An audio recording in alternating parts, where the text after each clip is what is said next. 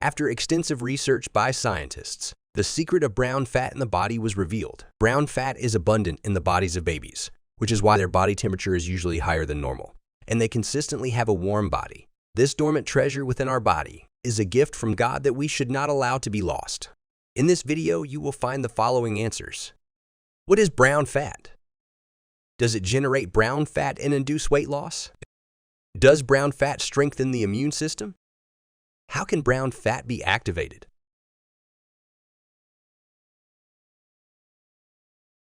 But now we know actually that one of the huge benefits you get from being cold is the production of brown fat.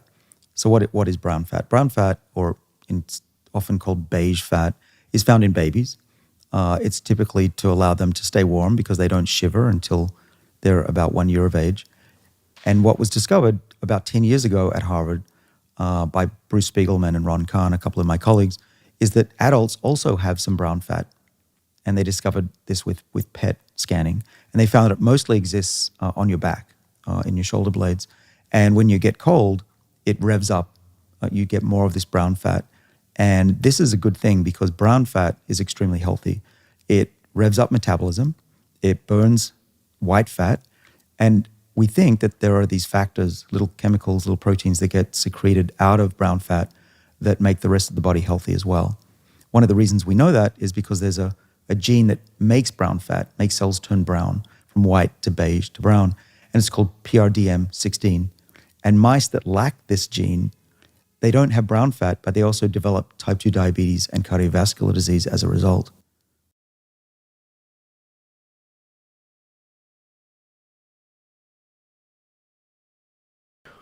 I want to just talk about brown fat a little bit more and talk about a period in your life in which you were rich with brown fat. You had a ton of brown fat, and that's when you were a baby. Babies can't shiver. These neurons that release epinephrine into fat are not wired up and really aren't present at sufficient levels or in sufficient numbers when you are a baby, and therefore you can't shiver as a baby and you can't warm yourself up in cold environments very well. To compensate for that, Mother Nature installed in all of us an excess of brown fat early in life that exists, again, in the upper back, in the middle of the back, and the back of the neck. Over time, if we don't expose ourselves to cold environments or do other things that make us shiver, we lose a lot of that brown fat. But what's interesting about brown fat is that there's some evidence that brown fat, just like white fat, can both increase in size, but that you can also add new cells. Now, this is a little bit controversial. People always say you can't change the number of fat cells. You can just shrink them or increase their size. Well, it turns out that epinephrine released from these little nerve endings in brown fat and succinate circulating in the body may, and I want to underscore may, have the effect of increasing the amount of brown fat cells, probably by converting these beige fat cells into brown fat. So that allows us to become much as we were early in life, where we metabolized like crazy and we'd heat ourselves up without shivering.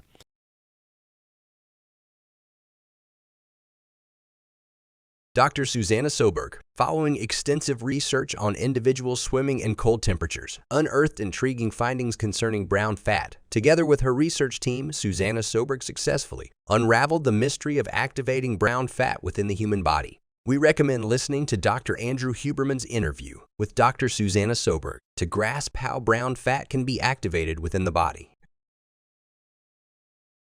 So the relationship between shiver and brown fat makes sense to me.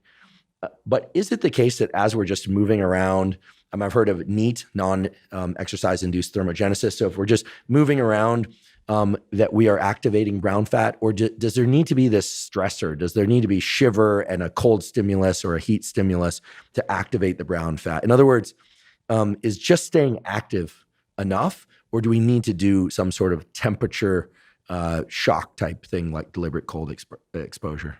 Yeah, I think that is a really good question, because how also, why do we have this tissue? Then if it has to be extreme, then you can question what do we need this tissue for? But it seems that you can activate the brown fat with just a little bit of exposure to cold. So cold is the most potent stressor activator of our brown fat, because it's our temperature regulating organ in our body. So first responder to that. So the muscles will be a little bit too late, and therefore we have maybe these two kind of tissues. So actually just exposing yourself or a hand actually just to cold water. So studies have shown that if you just put your hand in cold water, not that you're going to do that all day or every day or anything. It's not something you have to do, but it just shows that you can activate your brown fat just by getting a temperature change on your skin. So you can go outside in t-shirts. That's why also we were just talking about, well, people who works outside or move a lot or get out, in and out of it, like changing the temperature of their body all the time, they will have more brown fat. And activating that is going to keep your metabolism higher and your insulin sensitivity. Studies have also shown that. Brown fat, considered a crucial element, plays a pivotal role. Elevating its levels not only serves as a preventive measure against diabetes, weight gain, and the accrual of white fat, but also fortifies the body's resilience against various illnesses, including common colds, and impacts the body's resistance against viruses, such as the coronavirus. So the brown fat can be activated as soon as you just change your temperature in the skin. So going outside in a t-shirt, wearing cooling vests, also studies have shown this for 10 days, it's going to also grow your brown fat. So you can get more brown fat if you expose yourself to the cold. You don't have to start in a cold shower. You don't have to start in a cold plunge if you're not really ready for that yet. But just exposing yourself to the cold wind has also shown to activate your brown fat. Or if you don't want to be like in this awake state, then you can also just sleep in the cold. And you won't notice it that much maybe, but studies have shown that if you sleep in 19 degrees Celsius, then you will activate your brown fat and you will grow your brown fat. So you have more of it. Based on Dr. Susanna Søberg's team research, one of the most remarkable and straightforward methods to activate and boost brown fat in the human body is during sleep. The key to this method lies in maintaining a cool and chilly room temperature while sleeping. Sleeping in a cool and cold bedroom has been found to enhance the production of beneficial brown fat in the human body.